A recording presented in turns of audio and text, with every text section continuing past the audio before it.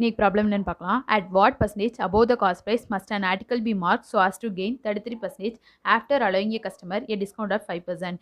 இப்போ காஸ்ட் ப்ரைஸில் எவ்வளோ பர்சன்டேஜ் நம்ம இன்க்ரீஸ் பண்ணால் நமக்கு கெயின் வந்து 33% கிடைக்கும்னு கண்டுபிடிக்க சொல்லியிருக்காங்க. அதே சமயம் நம்ம கஸ்டமருக்கு வந்து நம்ம 5% டிஸ்கவுண்ட்டும் கொடுக்குறோம்.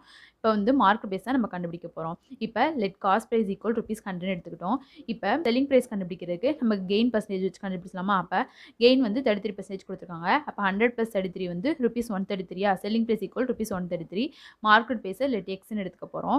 டிஸ்கவுண்ட் வந்து 5% கொடுக்குறோன்னு சொல்லியிருக்காங்களா? அப்போ 100 - 5 போடும்போது 95% கிடைக்குமா? 95% ஆஃப் மார்க்கெட் ப்ரைஸ் வந்து எக்ஸ் இஸ் ஈக்குவல் டு 133.